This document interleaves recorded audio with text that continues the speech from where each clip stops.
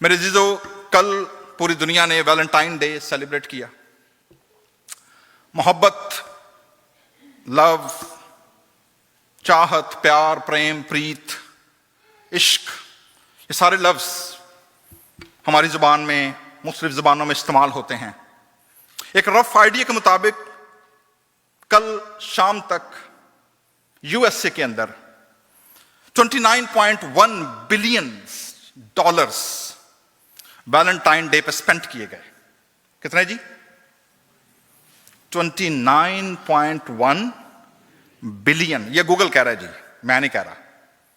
तो you can go and search how much dollars been spent on Valentine 2026 in the USA. According to the National Retail Federation NRF survey, consumers are expected to spend an average, एक बंदे पर या एक बंदी पर 199 से लेकर 200 के करीब डॉलर क्या किए गए, खर्च किए गए, largely on jewellery, dining out, बाहर खाना खवाने लिए, तोहफे तहफ देने के लिए, and expanded gift list that includes friends, coworkers and pets even. कितने dollars? 29.1 billion, not millions, BN, billions. मोहब्बत के नाम पर मेरे जीजो दुनिया बड़ा कुछ लुटाने को तैयार हो जाती है। शहनशाह तख्त-ओ-ताज छोड़ देते हैं। हमारे अपने मुल्क हिंदुस्तान में मुगलिया सल्तनत की बड़ी मशहूर कहानी है अनारकली और शहजादा सलीम की, कि किस तरह अनारकली को दीवार में चुन दिया गया। मुगल आजम मूवी भी बनी इस पर। ना सिर्फ रिलेशनशिप मोहब्बत के अंदर, बल्कि मॉडर्न दौर तक आते आते, जेन जी तक आते आते, जो फूड इंडस्ट्री है, they also know how to use the word love to attract. McDonald अपना स्लोगन बनाते हैं जी, I am love in it. यानी मोहब्बत इस कदर उस दर्जे पर पहुंच गई है कि जिस चीज से आपको मोहब्बत है उसे खा जाओ। आई एम लव इन इट, उसे पी जाओ, उसे निचोड़ जाओ। एंटरटेनमेंट इंडस्ट्री की तरफ अगर आए, entertainment industry we all know, Bollywood, Hollywood, movies, dramas, TV, triangulation, मोहब्बत, प्रेम, सारी ये चीजें चलती हैं। Love in the year, dramas, the art of love, movies, 50 Shades of Grey and Sleeping with the Enemy, these are just few names जो कि हमें एंटरटेनमेंट इंडस्ट्री के इस कार्नल और जो एरोटिक मोहब्बत है उसकी तरफ इशारा करती है। आज की शाम जब हमारे भाई सोलोमन अपनी अहलिया साल्वेशन का जिक्र कर रहे थे, किस तरह उन्होंने अपनी मोहब्बत अबू धाबी में परवान चढ़ी, बताया they met, they married and spent 40 years together. Even she died in his hands. So मोहब्बत की एक ये भी किस्म है जिसमें आप 40 साल, 50 साल, 80 साल एक ही शख्स के साथ आप गुजारते हैं, and you cherish that relationship and moments.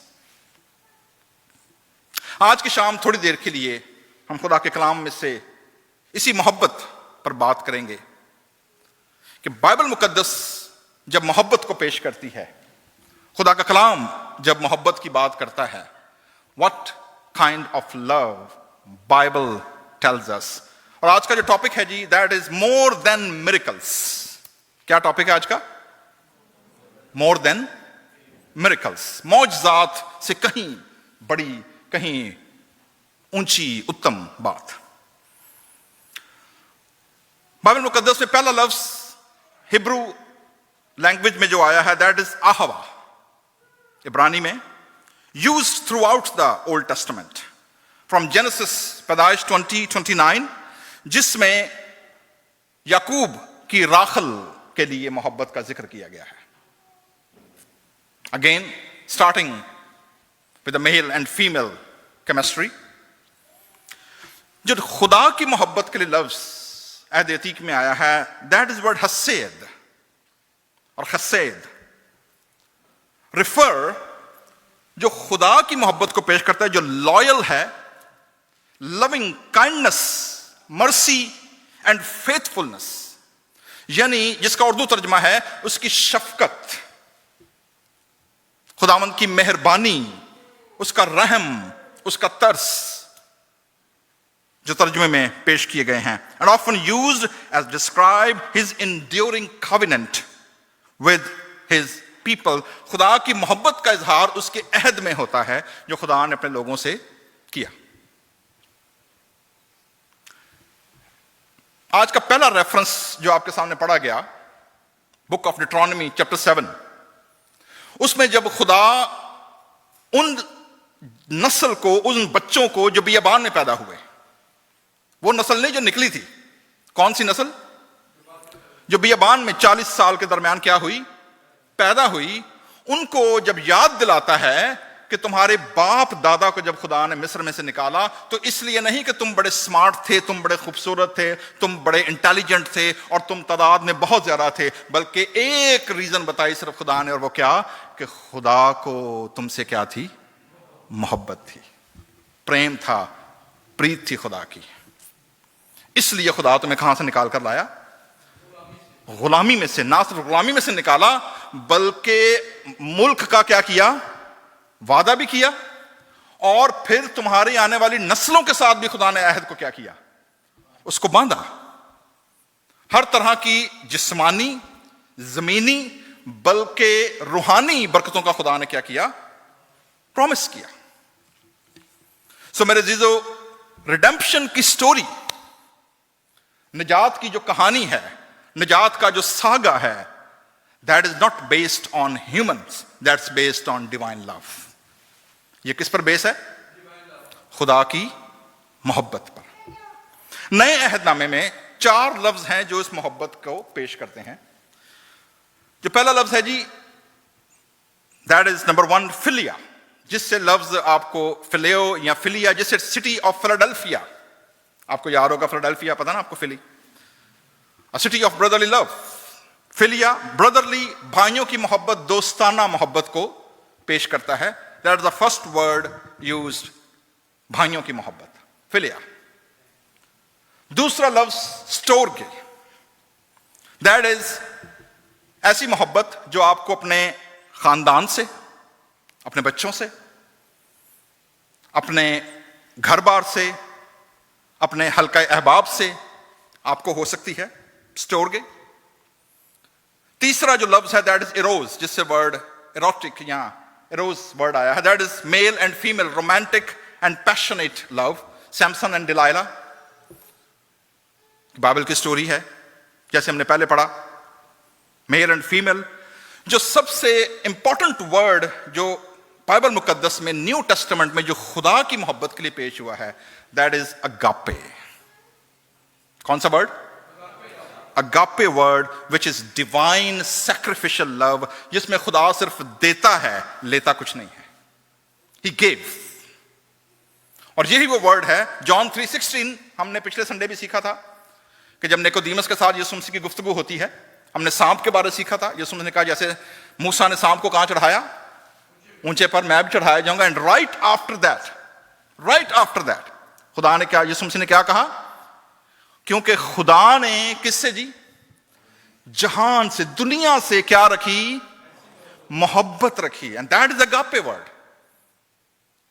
और अगापे वर्ड की डिमांड या उसकी पहचान क्या है? उसने गिफ्ट कर दिया अपना बेटा, और वो भी कौन सा? The one and only begotten. क्या कर दिया दुनिया को? उर्दू तर्जमा आया बख्श दिया। बख्श, हम बख्शिश वर्ड यूज करते हैं, मीन्स गिफ्टेड। क्या कर दिया खुदा ने? दे दिया। बख्शिश, खैरात आप देकर वापस नहीं लेते। It's given, granted, poured out, gone. खुदा ने क्या किया? दे दिया, बहा दिया, बख्श दिया, गिफ्ट कर दिया। किसको कर दिया? दुनिया को कर दिया जी, जहान को कर दिया। तो मोहब्बत, agape. That's the basics and the foundation of God's engagement and God's attraction in this fallen, brutal, broken world. कौन सी चीज है जो अट्रैक्ट करती है खुदा को? खुदा की मोहब्बत करती है जी। जैसे हमने सीखा है, पौलुस रसूल रोमियो 5वें बाब की 8वें आयत में बयान करते हैं, हम इसलिए खुदा से मोहब्बत नहीं करते कि खुदा ने हमें पहले कुछ चीजें दी हैं या खुदा ने हम उसको रिस्पॉन्ड करते हैं। No, we love God because first he love us. और उस मोहब्बत का इजहार कैसे किया उसने? अपना बेटा देकर। ही एक्सप्रेस डेमोन्स्ट्रेटेड। मैंने कई साल पहले एक स्टिकर देखा फ्रिज पे लगाने के लिए, उस पर लिखा हुआ था, don't say you love me, show me. Show मी। तो खुदा ने मोहब्बत को क्या किया? शो किया, डेमोन्स्ट्रेट किया, एक्सप्रेस किया, प्रैक्टिकली किया। The first and the biggest command in the new testament, लोग आगे पूछ रहे हैं यीशु मसीह से कि शरीयत में सबसे बड़ा और पहला हुक्म क्या? जवाब दिया जी मास्टर ने, खुदावंद अपने क्या रख? मोहब्बत रख। और उसी के बराबर किससे? अपने पड़ोसी से, अपने हम जिन से, अपने इंसान से क्या रख? The first and the biggest command is to love. मसीही discipleship, Christian identity, Christian character की जो पहचान है वो ये नहीं है कि आप रूहानी कितने हैं, आप नारे कितने बड़े लगाते हैं, आप चर्च कितना जाते हैं, आप चेक कितना चर्च को देते हैं, आप जनाब कलीसिया में ओहदा क्या है आपके पास। No, the sign of a Christian disciple is what? John 17. जब तुम एक दूसरे से क्या रखोगे, तब लोग क्या करेंगे जी? जानेंगे तुम मेरे क्या हो, तुम मेरे शागिर्द हो। यानी क्रिश्चियन आइडेंटिटी की बुनियाद भी किस चीज पर रखी गई? खुदा की मोहब्बत पर। बड़ा अच्छा एक मोनास्टिक सॉन्ग है जो उन्होंने कंपोज किया, they will know we are Christian by our love. किसने सुना ये वाला? Anybody know the tune? चलिए सीखते हैं।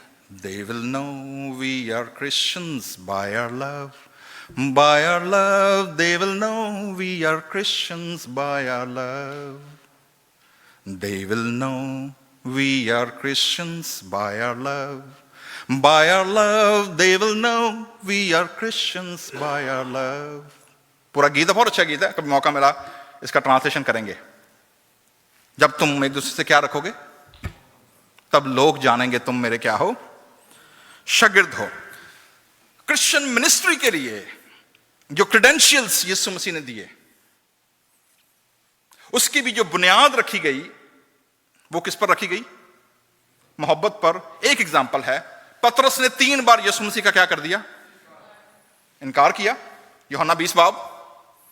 यीशु मसीह ने जब दोबारा रिस्टोर किया तो यीशु मसीह ने 3 लफ्ज इस्तेमाल किए, जो मैंने आपको 4 ग्रीक वर्ड बताए हैं। जब आप डीपली उस टेक्स्ट के अंदर उतरते हैं तो आप उर्दू तर्जुमे में भी देखेंगे। यीशु मसीह ने कहा पतरस से पहली बार, पतरस क्या तू मुझे इनसे ज्यादा अगापे मोहब्बत रखता है? पता पतरस ने क्या जवाब दिया? ऐ खुदावंद, तू तो जानता ही है मैं फिलिए रखता हूं। क्या लफ्ज यूज किया? यीशु मसीह क्या लफ्ज यूज कर रहे हैं? पतरस क्या यूज कर रहे हैं? Because he know he can not reach to that level.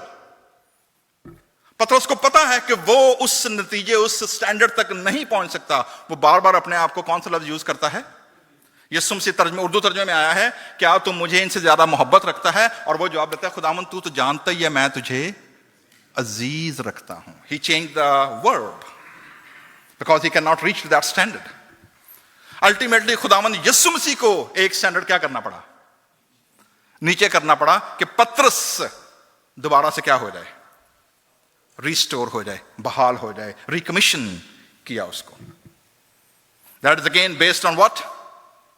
मोहब्बत। अगर तू मोहब्बत रखता है तो मेरी भेड़ें चरा, अगर तू वाकई मोहब्बत रखता है तो मेरे बर्रे चरा, अगर तू वाकई मोहब्बत रखता है then serve the people, the shepherds, become a shepherd of people. पौलुस रसूल के खतूत में मेरे जीजो अनकंडीशनल सैक्रिफिशियल लव की बात करता है, और खास तौर पर आज का जो रेफरेंस पढ़ा गया है 1 Corinthians chapter 13, this is a song of love, नगमा मोहब्बत इसे नाम दिया गया है। और संडे स्कूल में, बाज़ कलीसियाओं में जिस तरह ज़बूर 23, 10 अहकाम और मुबारकबादियाँ ज़ुबानी याद की जाती हैं, अक्सर बच्चों को कहा जाता है कि वो 1 Corinthians 13 बाब को ज़ुबानी क्या कर लें, याद करें जी, मेमोराइज करें। ये चैप्टर इस लिहाज से बड़ा अहम है मेरे जीजों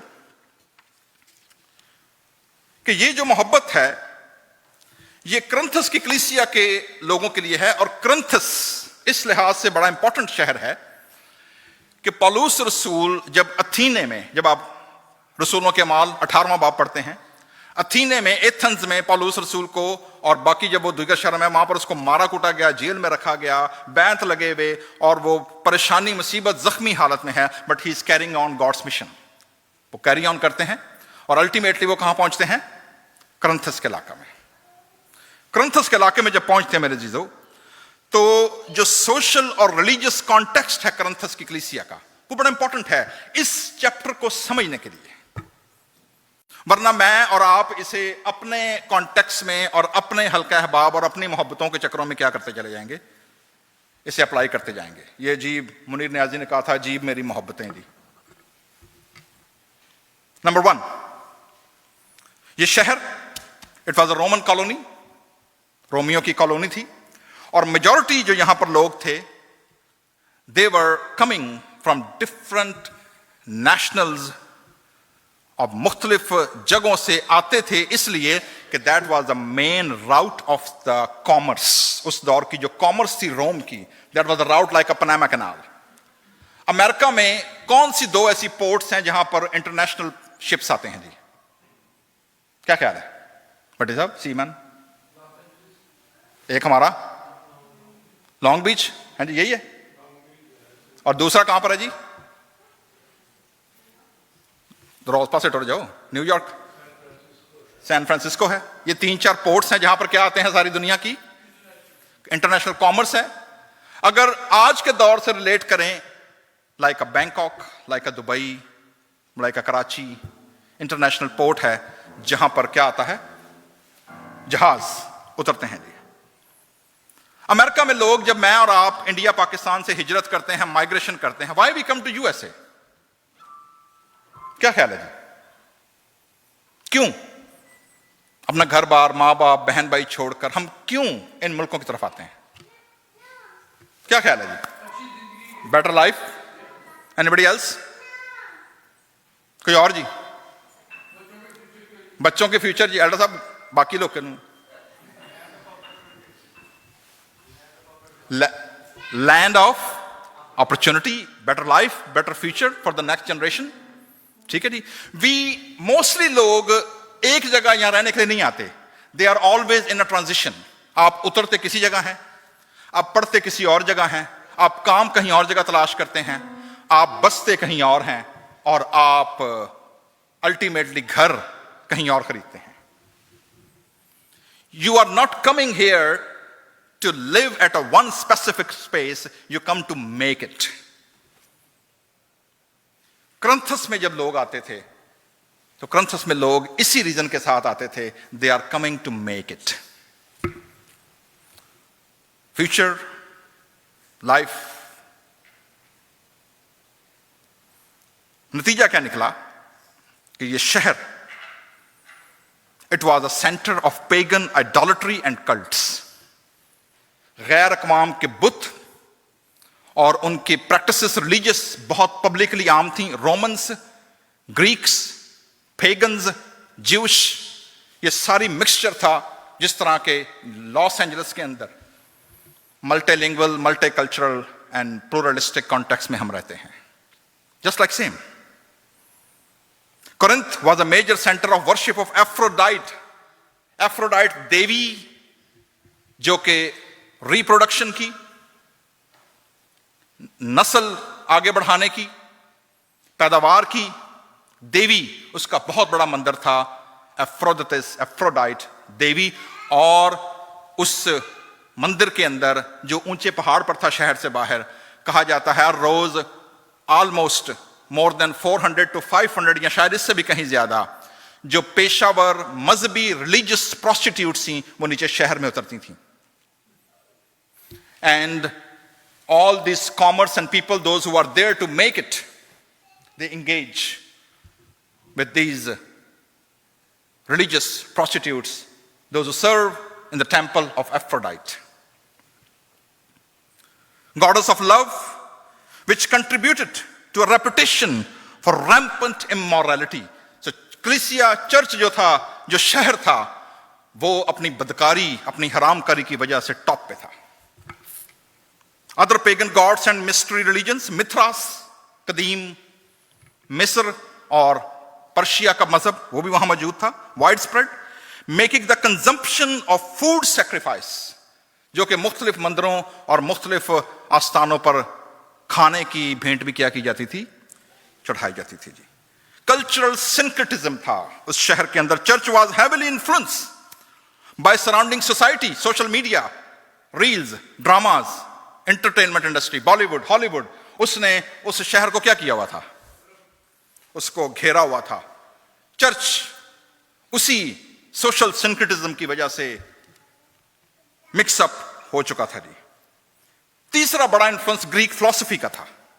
यूनानी फलसफा जो था वो बहुत ज्यादा इन्फ्लुएंस था लोगों के ऊपर। चर्च के अंदर यही वजह है कि चर्च चूंकि डिफरेंट बैकग्राउंड से था, लोग कुछ एफ्रोडाइट की प्रस्तुत करते हुए आए थे बैकग्राउंड से, कुछ लोग जो थे वो मिथ्रा की प्रस्तुत करते हुए आए थे, कुछ जो थे रिलीजियस फिलॉसफीज के बैकग्राउंड से आए थे। और उनको लगता था कि जिस तरह बाकी सारे मजाहिब और उनके टेंपल्स में प्रस्तुत इबादत होती है, चर्च के अंदर भी यही काम होता होगा। So they came with the false perception of a church कि जिस तरह बिजनेस कम्युनिटी चलती है, जिस तरह से बाकी कल्चरल इन्फ्लुएंस चलते हैं, जिस तरह से बाकी लोग दुनिया में रहते हैं, चर्च भी उन्हीं में से कोई एक जगह होगी जहां पर ये सारे कामों का कोई प्रॉब्लम नहीं होगा। इंटरनल डिवीजन खड़ी होगी। पहला केस जिस चर्च के अंदर आया वो ये हुआ कि लोग एक दूसरे के क्या हो गए, खिलाफ हो गए जी। कोई कहता मैं पौलुस का, कोई कहता मैं अपलूस का, कोई कहता जी साडा पादरी चंगा है, कोई कहता जी साडा गिरजा चंगा है, कोई कहता जी फलाना गिरजा चंगा है, कोई कहता जी अंग्रेज़ां दा गिरजा चंगा है, कोई कहता जी मैं उधर जाना है। मतलब वो कंपैरिजन और डिवीजन क्या हो गई चर्च के अंदर शुरू हो गई जी। दूसरा बड़ा इशू पौलुस ने जो डील किया वो था 5वें बाब के अंदर, आप देखेंगे हरामकारी। और हरामकारी पौलुस कहते हैं ऐसी जो गैर कौमों में भी नहीं होती। जैसे मैंने पहले बताया, एफ्रोडाइट स्पिरिचुअल, करंथस की कलीसिया, मिक्सचर लोग और पार्टीबाजी, हरामकारी। और सबसे इंपॉर्टेंट चीज जो था, ये चर्च बहुत बड़ा लोडेड चर्च था। It has a more than teachers and preachers and spiritual gifts. और ना एक तरफ जहां पर बदकारी और बदी अपने रूज पर थी चर्च के अंदर, दूसरी जानब जो स्पिरिचुअल गिफ्ट थे वो भी बड़े रूज पर थे। So church has a kind of a mixture of all these things. So result क्या निकला जी? 13वें बाब को जब पौलुस रसूल डील करते हैं, उससे पहले वो 12वें बाब के अंदर ये बताते हैं कि तुम सब जो चर्च के अंदर लोग हो, तुम सब के अंदर नेमतें और गिफ्ट्स और टैलेंट मौजूद हैं, मगर देने वाला कौन है? खुदा का पाक रूह है। सो फख्र ना करो, एक दूसरे से हसद ना करो, एक दूसरे पर रोब ना जमाओ, एक दूसरे से लड़ो नहीं, क्योंकि you are invited to be a part of God spirit, to serve, to encourage and to extol the body of Christ, not yourself. Selfishness का गुनाह यहां मौजूद था, हसद का गुनाह मौजूद था। तो पौलुस रसूल 12वें बाब में उनको बताते हैं जी कि तुम सबके अंदर नेमतें तो काम करती हैं, लेकिन उस नेमत का कोई फायदा नहीं है जिसके साथ रूह कुद्दस का फल ना हो। तुम्हारे अंदर गिफ्ट तो मौजूद हैं लेकिन फ्रूट नहीं है। इसीलिए रूह कुद्दस का पहला फल क्या बताया, क्या है? मोहब्बत, प्यार, प्रेम, love. The first fruit of holy spirit, मोहब्बत। अगर तुम सारा कुछ तुम्हारे पास मौजूद हो, लेकिन अगर तुम्हारी एक दूसरे के साथ मोहब्बत और रफाकत नहीं है, तो तुम्हारा सब कुछ क्या है? बेकार है। इसी के अगले वाले चैप्टर में वो कहते हैं कि 14वें बाब के अंदर जो चर्च के अंदर करप्शन थी, चर्च के अंदर जो वर्शिप करप्ट हो चुकी थी, उसको वो ऑर्डर में लेकर आते हैं। लेकिन जब वो 13वां बाब शुरू करते हैं तो वो कहते हैं जी तुम बड़ी से बड़ी नेमतों की आरजू रखो। कहता जी तुम्हारे अंदर इमेजिनेशन, विजन किस चीज का होना चाहिए? बड़ी से बड़ी ऐसी नेमत जो शायद किसी और के पास ना हो, जो शायद खुदा ने आपके लिए रखी हो, उसकी क्या रखो? ख्वाहिश रखो, आरजू जरूर रखो। लेकिन और भी सबसे उम्दा तरीका, more than, better than all gifts, मैं तुम्हें एक और चीज बताता हूं। और वो क्या बताते हैं जी? 13वां बाब, more than miracles, more than tongues, more than languages, more than knowledge, more than prophecy, more than faith, वो कहते हैं जी एक दूसरे से क्या रखो? मोहब्बत रखो जी। अगर मैं आदमियों और फरिश्तों की पहली कैटेगरी को क्या कहते हैं जी? वो जुबानें। मेरे पास टाइम नहीं है कि मैं रसूलों के माल की तरफ जाऊं, चैप्टर 2 के अंदर जहां पर रूह कुद्दुस का नज़ूल हुआ। पौलुस रसूल ये कह रहे हैं कि तुम चाहे इंसानों की जुबानें बोलते हो या तुम्हारे पास इतनी जुबानें हों कि तुम जमीन को भी क्या कर जाओ? क्रॉस कर जाओ और सीधी खुदा के तख्त तक और सेलेस्टियल वर्ल्ड के अंदर तुम्हारी अप्रोच हो। और तुम, अच्छा दिलचस्प बात यह है, बाइबल मुकद्दस में कहीं पर भी फरिश्तों की कोई जुबान नहीं है। There is not a single reference जहां कहा गया फरिश्ते ये जुबान बोलते हैं, बल्कि फरिश्ते बेचारे आप ही आगे तर्जमा थल्ले कर देने। पिछले दिनों मैं ट्रांसलेशन कर रहा था, एक हमारी जूम क्लास थी, तो वो जो मेरा दोस्त था पादरी, वो कहते जी कि I am gonna pray, would you translate for me? मैंने कहा जी if you are praying to God he can understand your English. तो अगर आप हमारे लिए कर रहे हैं तो कोई मसला को नहीं, मैं ट्रांसलेशन कर देता हूं। लेकिन अगर आप खुदा के लिए दुआ कर रहे हैं तो ही कैन अंडरस्टैंड। मकसद क्या है?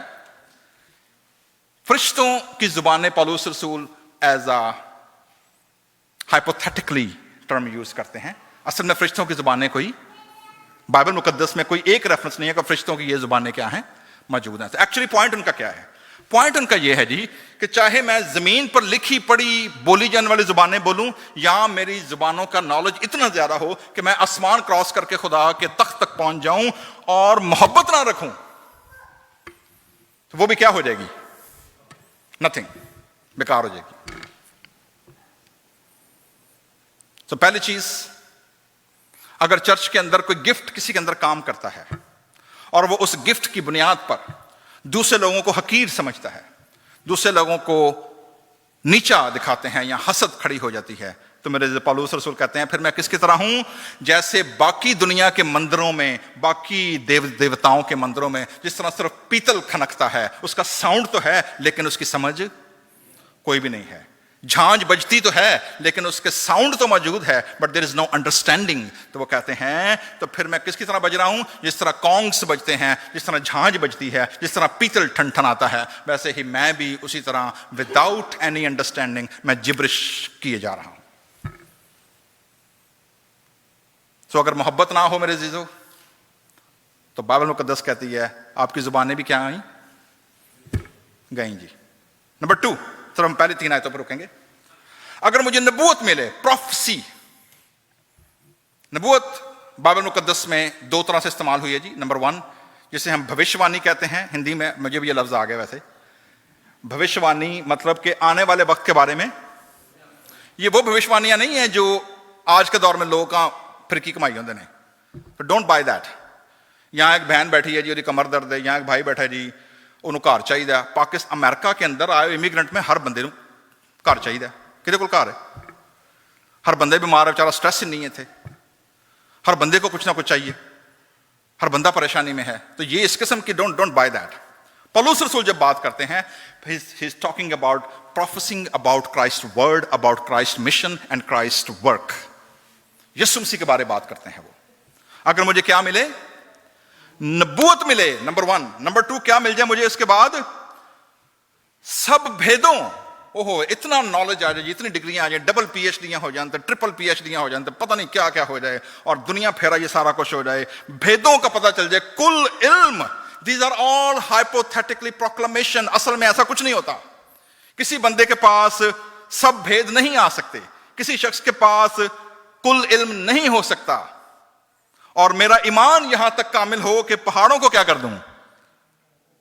किसी बंदे के पास दुनिया में ये नहीं है। These are all hypothetical statement ये बताने के लिए कि आप अगर इंसानी कैपेसिटी क्रॉस करके भी आप किसी भी लेवल पर पहुंच जाएं, लेकिन अगर खुदा की मोहब्बत आपके अंदर नहीं है, तो कहते हैं जी कि ये सारी की सारी कैपेसिटीज, ये सारे गिफ्ट सारे क्या हैं? ये बेकार हैं जी। तीसरी कैटेगरी क्या कहते हैं जी? अगर अपना सारा माल गरीबों को क्या कर दूं, खिला दूं, चैरिटी कर दूं, ये बड़े बड़े चेक लिख कर दे दूं, पाकिस्तान इंडिया रे विच यतीम खाने बनवा दूं, स्कूल्स बनवा दूं और बड़ा कुछ कर दूं, अपना बदन इवन जलाने को दे दूं, बर्न आउट हो जाऊं मिनिस्ट्री से, खत्म हो जाऊं और मोहब्बत ना रखूं, क्या कहता है जी? कुछ भी फायदा नहीं है। सो मेरे अजीजों, करंथस की कलीसिया जहां एक तरफ लोडेड है स्पिरिचुअल गिफ्ट्स के साथ, वहीं दूसरी तरफ करप्शन में ऊंचे दर्जे पर पहुंची हुई है। अगर आप कलीसिया की बैकग्राउंड देखना चाहेंगे या सुनना चाहेंगे, तो वो देखिए, पौलुस रसूल कहते हैं कि तुम पहले कौन थे। उस कलीसिया की जो कंपोजिशन है, वो अगर आप देखें तो आप हैरान हो जाएंगे कि भाई ये कलीसिया अगर इस तरह का बंदा हमारे चर्च में सानू पता लग जाए, उन्होंने ब्रिजन बढ़न दी है। छठे बाब उसकी 9वीं आयत, पहला करंथियों छठा बाब 9वीं आयत में आप देखें जरा ये कलीसिया कैसे लोगों से बनी। क्या तुम नहीं जानते कि बदकार खुदा की बादशाही में दाखिल बादशाही के वारिस ना होंगे? इसका मतलब क्या हुआ? चर्च के अंदर क्या मौजूद है? बदकार मौजूद हैं। फरेब ना खाओ, ना हरामकार खुदा की बादशाही में क्या होंगे? वारिस होंगे। इसका मतलब क्या है? चर्च में ना हरामकार ना बुत परस्त। इसका मतलब है कि पहला दीवे बाल होंदे ने बाले शाह दे, तो मगरों किदे ला जाते हैं, तो फिर चर्च भी आ वड़ते हैं। वीकेंड दे वीकेंड जाके डिस्को भी कराएंगे, पार्टियां भी कराएंगे, शराब कबाब भी कराएंगे, और इतवार के इतवार क्या आ जाएंगे? चर्च भी आ जाएंगे। ना बुत परस्त, ना ज़नाकार, ना अय्याश, ना लौंडेबाज, ना चोर, ना लालची, ना शराबी, ना गालियां बकने वाले, ना जालिम। अगली आयत क्या कह रही है? और बाज तुम में ऐसे ही हैं या थे? ऐसे ही थे। This is the power of the gospel and the transformation. तुम ऐसे ही थे, लेकिन यीशु मसीह की खुशखबरी ने तुम्हें क्या कर दिया है? तुम्हें निजात बख्श दी है। Now you belong to the body of Christ. अब तुम यीशु मसीह के बदन का हिस्सा हो। सो मेरे जीजो, ये कलीसिया जहां पर लोडेड है स्पिरिचुअल गिफ्ट्स में, वहीं पर पार्टीबाजी, हसद, हरामकारी और जितने गुनाहों की लिस्ट है, ये सारे इस कलीसिया के अंदर शामिल थे। पौलुस रसूल ने याद दिलाते हैं, you should be discipline if you are a disciple of Christ. अगर तुम्हारे अंदर ऐसे लोग मौजूद हैं, स्मार्ट लोग मौजूद हैं, इंटेलिजेंट मौजूद हैं, ब्राइट लोग मौजूद हैं, टीचर्स मौजूद हैं, प्रोफेसी करने वाले मौजूद हैं। आप देखें 15वें बाब की 14वें बाब की आप देखेंगे 26 आयत देखें, क्या कहता है? जब तुम जमा होते हो तो गिफ्ट देखें कौन कौन से। ऐसे लग रहा है जैसे ढक्कन खुल गया है और अंदर से गिफ्ट उबल उबल बाहर आ रहे हैं। क्या है देखें 26 आयत 14वें बाब की। पसा भाइयों, क्या करना चाहिए जब तुम जमा होते हो? तो हर एक, नॉट ओनली द लीडर, किसके? Each and every person in the church. वो कहता है जब तुम जमा होते हो, the gathering worship community is loaded. किन चीजों से? हर एक के दिल में क्या है जी? मजमूर, तालीम, मुकाशफा, बेगाना जुबान या तर्जमा। कहते जी हो तुम सब गिफ्टेड लोग हो। लेकिन प्रॉब्लम क्या है? ऑर्डर नहीं है। तुम लोगों ने चर्च को भी एक कॉर्पोरेशन समझ लिया है। तुम लोगों ने चर्च को सोशल क्लब बना लिया है।